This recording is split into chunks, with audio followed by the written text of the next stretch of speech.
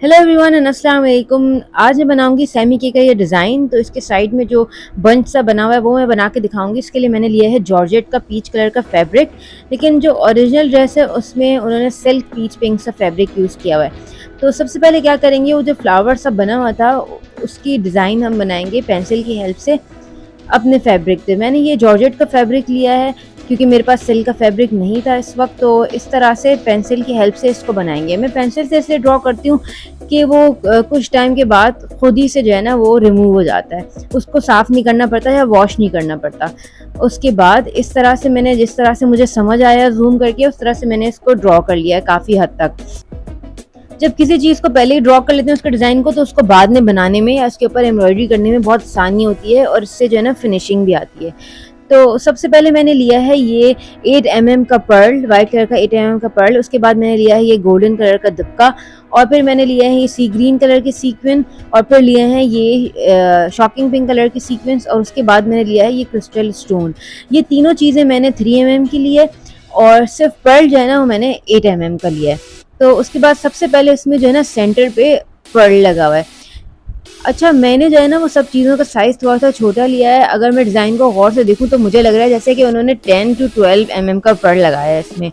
लेकिन मैंने जो है ना इसको 8 mm का पर्ल लिया है, और उन्होंने सीक्वेंस भी जो है ना तकरीबन 6 to 8 mm के सीक्वेंस, और क्रिस्टल स्टोन भी उन्होंने 6 to 8 mm के ही लगाए हुए हैं। लेकिन मैं इस डिज़ाइन को थोड़ा-सा और डेलिकेट और छोटा-सा बनाना चाह रही हूँ, इसलिए मैंने यहाँ पर 8 mm का पर्ल लिया, और यहाँ पर देखिए 7 पर्ल्स हमने इस तरह से राउंड बनाकर लगा दिए। अब ये वाले पार्ट को बनाना शुरू करती हूँ।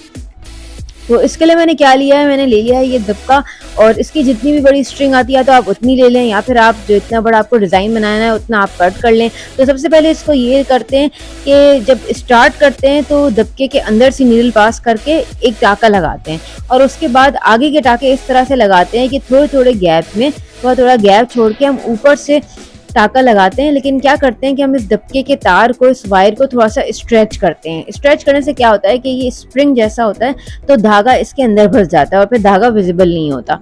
अच्छा, एक चीज़ का ध्यान रखें कि आप धागा जो है ना सिंगल यूज़ करें, कभी भी डबल धागा यूज़ ना करें, क्योंकि अगर मोटा धागा होगा तो वो कभी भी इस स्प्रिंग के अंदर नहीं जा सकेगा, और धागा विज़िबल होगा तो ये कभी भी सेट नहीं होगा। तो इस तरह से हम इसको करते जाएंगे, थोड़े-थोड़े फासले में छोटे-छोटे से टाके लगाते जाएँ।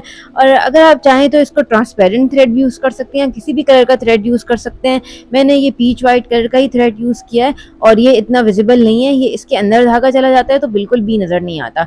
और आपका डिज़ाइन जिस तरह से होता जाए, अपने वायर को उसी तरह से घुमाते जाएँ और थोड़ा-थोड़ा सा स्ट्रेच करते जाएँ। ज़्यादा स्ट्रेच भी नहीं करना, वरना ये ख़राब हो जाता है। ये थोड़ा-सा डेलिकेट होता है ये तार, तो थोड़ा-सा आराम से इसको यूज़ करना पड़ता है। उसके बाद मैंने, जब मेरा फ्लावर का एक पेटल एंड हुआ तो मैंने इसको कट कर दिया, और फिर लास्ट में भी मैं वही चीज़ करी हूँ जैसे मैंने स्टार्ट किया था। मतलब नीडल को मैंने स्प्रिंग से थोड़ा-सा क्रॉस करके और उसके बाद उसको टाका। ये देखें, इस तरह से मैंने नीडल को अपनी स्प्रिंग में लगाया और फिर इसको टाका लगा दिया। तो ये इस तरह से एक तरह से लॉक हो जाएगा और पूरा बन जाएगा। इसको ऑफ द कैमरा कंप्लीट करेंगे। अभी फ़िलहाल मैंने ये छोटा-सा पार्ट कंप्लीट किया है ताकि मैं ऊपर आपको क्रिस्टल स्टोन लगा के दिखा दूँ कि क्रिस्टल स्टोन किस तरह से लगेंगे।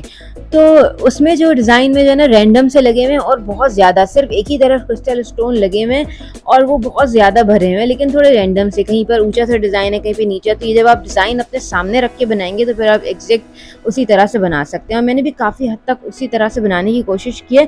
तो इस स्टोन को 2 तरह से लगाया जा सकता है, या तो किसी सीड बीड के साथ इसको लगाएँ कि सीड बीड ऊपर रखें और स्टोन को नीचे रखें, जैसे हम अक्सर पर्ल या सितारे और लगाते हैं, या फिर जो है ना इसकी दोनों तरफ टाका लगाएं और इसको लगाएं। अच्छा, जो है ये जो है ना ये मल्टी शेडेड बीड्स हैं, मल्टी शेडेड स्टोन है, तो इसमें कोई भी धागा आप लगाएंगे सिवाय डार्क धागे के तो ये इतना विजिबल नहीं होगा। तो मैंने इसीलिए इसको वाइट धागे से ही लगाया, क्योंकि ये इतना नज़र नहीं आ रहा। अगर आप चाहें तो उसको गोल्डन जरी के धागे से भी लगा सकते हैं, उस जरी के धागे से भी अगर ये लगेगा तो बहुत खूबसूरत लगेगा। अब मैं ये वाले पार्ट पे भी ना मुझे यही वाला दबके का ही काम करना है जो मैंने बाकी फ्लावर पे कर लिया है, और जहाँ पर भी मुझे लगेगा कि थोड़ी सी कमी लग रही है, ज़्यादा लग रहा है, तो मैं थोड़ा और डिज़ाइन को थोड़ा और बढ़ा दूंगी, थोड़ा और एनहेंस कर दूंगी। तो इसी तरह से स्टोन्स को हम इस तरह से लगाते जाएंगे, दोनों तरफ टाका लगाना है मजबूती से, और स्टोन्स लगते जाएंगे इस तरह। तो कुछ पेटल्स के पास जो है वो स्टोन लगे हुए थे, कुछ पेटल्स के पास जो है वो सीक्वेंस लगे हुए थे। तो उसके बाद मैंने ले लिया है पिंक सीक्वेंस। बाकी के स्टोन्स को मैं ऑफ द कैमरा कंप्लीट करूंगी। अब मैं लगाती हूँ सीक्वेंस। तो सीक्वेंस इन्होंने कैसे लगाए, सीक्वेंस इन्होंने ऐसे लगाया है कि 2 सीक्वेंस लगाया है ओवरलैप करके इस तरह से। तो आप ओवरलैप करके कैसे लगाएंगे, सबसे पहले नीचे वाला सीक्वेंस लगेगा और टाका सिर्फ एक तरफ लगेगा, यानी कि सिलाई सिर्फ एक तरफ होगी और उसके बाद ऊपर वाला लगेगा और दोनों के ऊपर की तरफ ही आप टाका लगाएंगे। और ये इस तरह से थोड़ा थोड़ा गैप देके हमें 2-2 सीक्वेंस साथ में लगाने। सीक्वेंस लगाने के बहुत सारे तरीके होते हैं, इनको आप दोनों तरफ से टाक सकते हैं, इसको आप स्मॉल सीड बीट के साथ लगा सकते हैं या इसको आप डायरेक्ट भी लगा सकते हैं। बहुत सारे लोग सीक्वेंस को ग्लू से भी चिपकाते हैं। तो ये इस तरह से यहाँ पर ऐसे लगा हुआ है कि 2-2 सीक्वेंस को ओवरलैप करके डिफरेंट तरह से ऐसे लगाना है।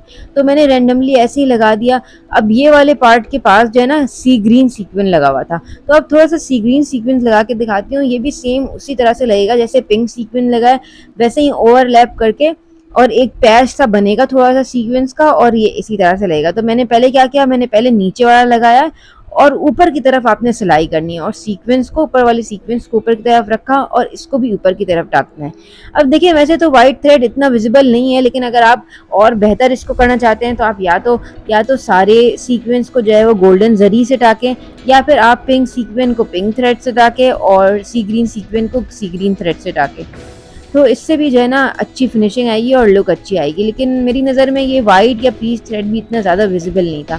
तो यहाँ पर एक छोटा सा पैच बनेगा सी ग्रीन सीक्वेंस का, यहाँ पे मैंने बना दिया। बाकी चीज़ों को मैं ऑफ द कैमरा कंप्लीट करती हूँ।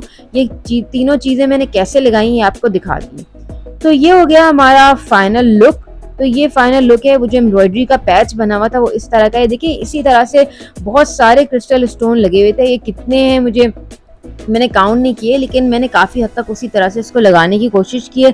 तो ऊपर की तरफ पूरे क्रिस्टल स्टोन और नीचे की तरफ ये जो है ना सीक्वेंस लगे हुए थे गैप कर करके, किसी तरफ पिंक सीक्वेंस, किसी तरफ सी ग्रीन सीक्वेंस, और इसको आप और बड़ा बना सकते हैं। उन्होंने सिर्फ जो है ना ये एक शोल्डर की तरफ लगाया हुआ है। ये दामन में भी लग सकता है और मुझे लगता है कि अगर ये स्लीव्स में भी लगे तो बहुत अच्छा लगेगा, या दुपट्टे के पल्लू में लगे तो भी ये बहुत अच्छा लगेगा। तो ये इस तरह से मैं आपको थोड़ा सा दिखाऊं कि ये स्टोन जो है ना मल्टी शेडेड हैं, और अगर ये फ्लैश लाइट ऑन करके दिखते तो ये और ज़्यादा अच्छी लगती। तो इस तरह का लुक आया है और आई होप आपको ये वीडियो अच्छी लगी हो। ये बनाना बहुत ही ईजी है, इसको बनाकर ज़रूर घर में ट्राई करें।